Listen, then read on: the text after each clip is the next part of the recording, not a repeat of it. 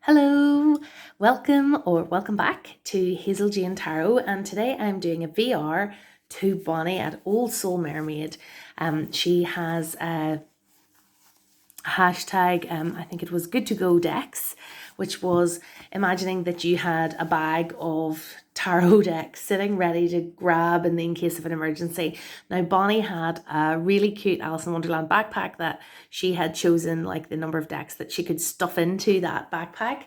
I didn't have a bag really to hand that I thought I could use for this challenge, imagining that I was packing a particular bag.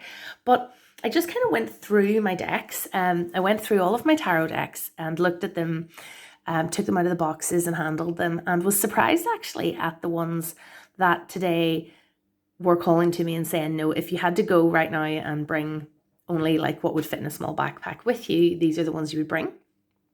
And I actually left some decks I really like on the table, and yeah, so I'll show you those in a little minute. And but the oracle decks, it was really quick. I just grabbed my favorite oracles off the shelf really quickly without having to think about that too much.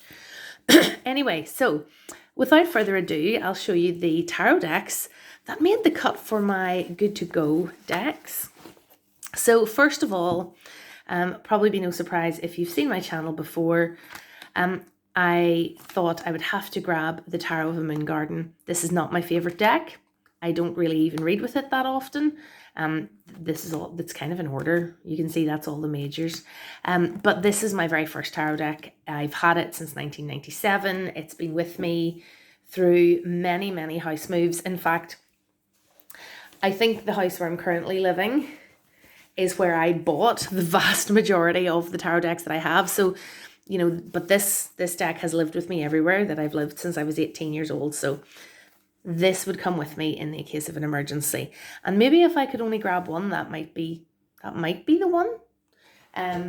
Or if I could only grab one, this might be the one. I think if I grab two, this would be the second one if I was in a big hurry. So this is my Llewellyn edition of the Gaian Tarot, and you might have seen on my channel I did a big comparison video of the 3 different editions of the Gaian Tarot. I do have all 3. I actually just sat for a good minute looking at this and the independently produced version, which has much, much larger cards, although the same as this with just the white borders. And it is lovely, but this is the one I've had for the longer and that I feel more personally connected to. The independent edition is still quite new and I actually haven't really used it yet for readings. So if I had to just pick one of my 3 copies of the Gaian Tarot and run out the door with it in an emergency, this is the one I would grab at the moment, even though, well, they're worth about the same money-wise, I think, but this is the one that I feel more connected to at the moment.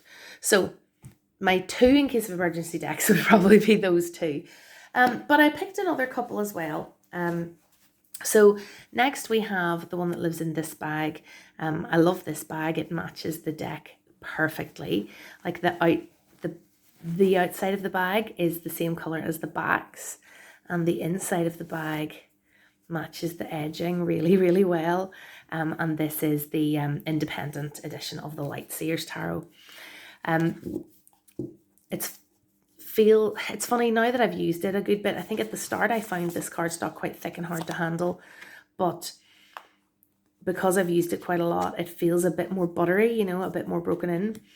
And when I was looking at my decks, this just was I would have to, if I had enough room in my bag, I would take this for sure.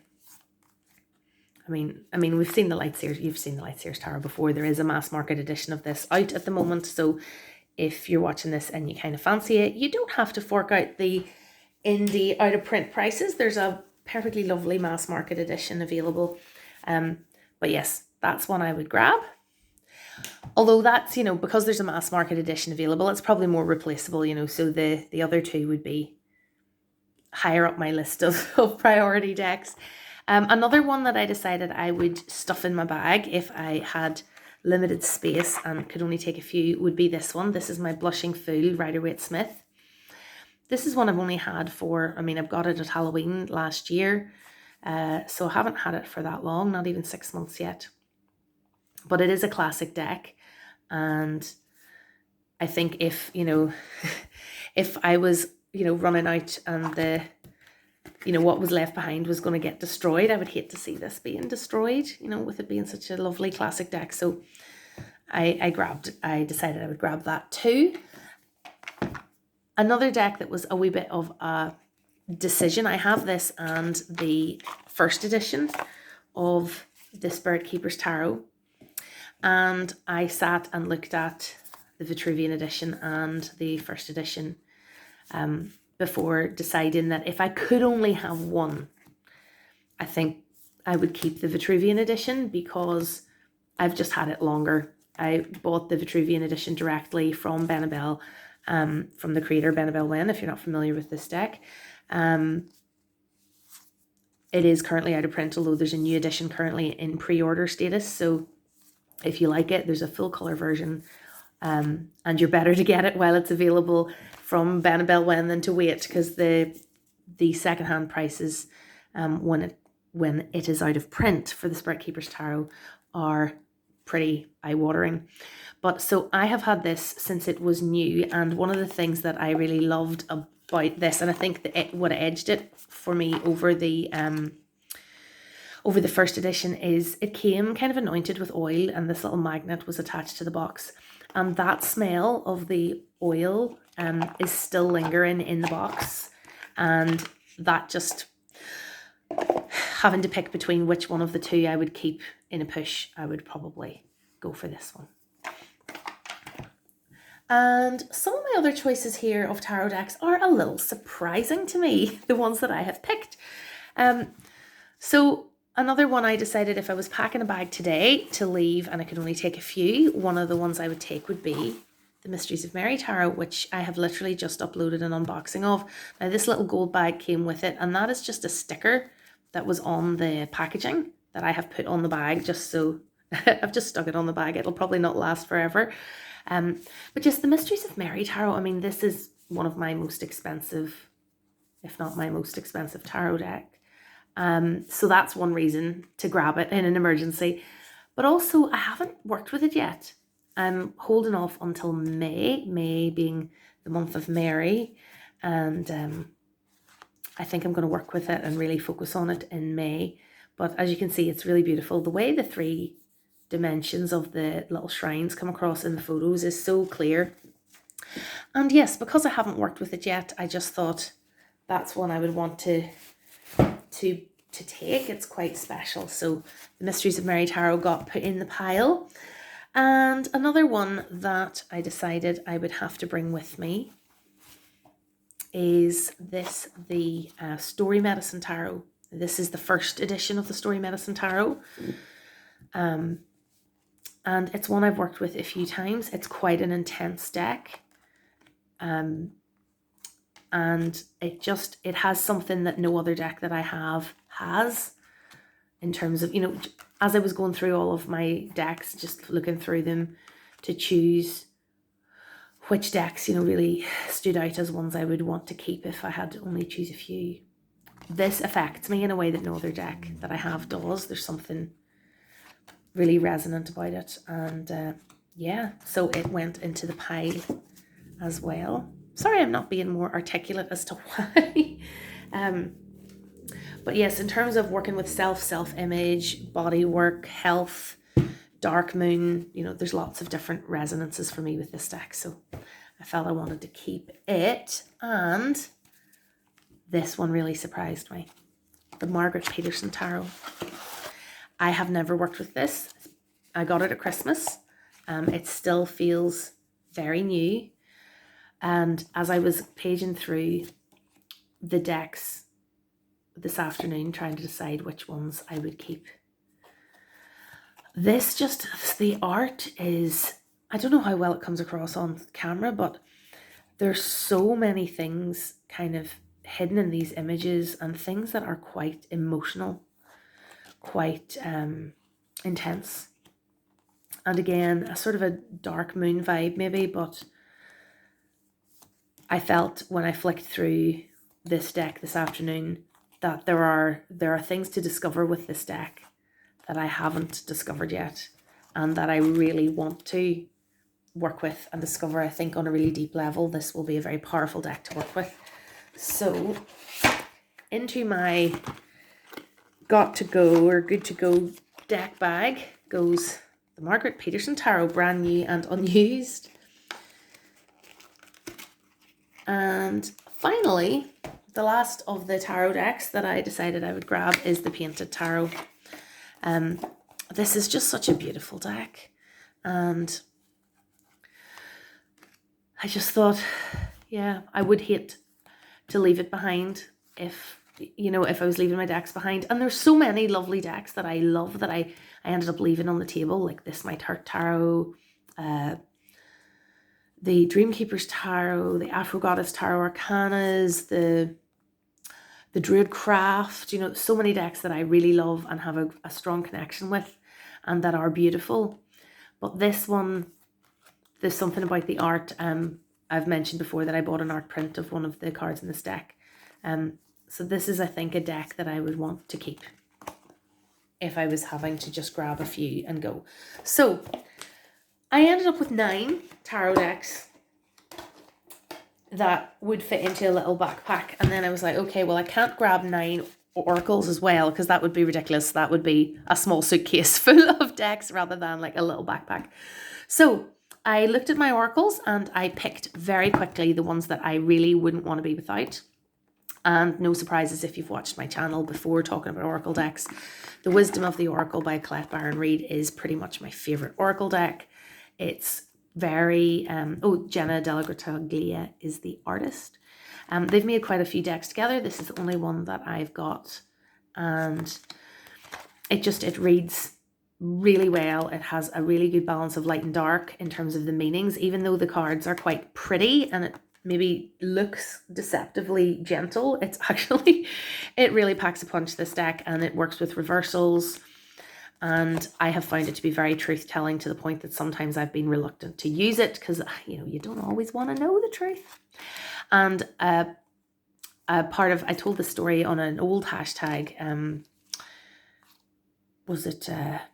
I can't remember the name of the tag, but if I can remember, I'll link it below. But it was exploring sort of decks that you have a very personal relationship with. And I talked about this deck because it was the one that I brought with me when I went to Delphi in Greece to visit the oracle. Not the oracle, like there's no person there anymore, but the temple where the oracle at Delphi was. And I left these cards to charge on the steps of the temple. And yeah, I just have a very special connection with this. And if I could only grab one oracle deck, this would be the one I would take. Even though it's mass market and easy to replace, this specific one that I brought to Greece, I wouldn't want to lose this. So this is the one I would take. A few others that are really special to me of the oracles that I would try to squeeze in. And they are all in their boxes because I store them in their boxes. But, you know, and if it was an emergency, I wouldn't have time to unpack them. And so I'd just grab and stuff them in a bag. But this is the Sacred Ireland Celtic Moon deck by Moon Mana. And this deck is really special to me because it was a gift from my sister, but also it is the most Irish oracle deck that I've got. It connects with places in Ireland, Irish goddesses, the names of the phases of the moon and different, the festivals from the, you know, the calendar and so on in Ireland. So it's just a deck that I really connect with, and I use quite a lot since I got it in January. And I think I will continue to use it. So I wouldn't want to be without this one.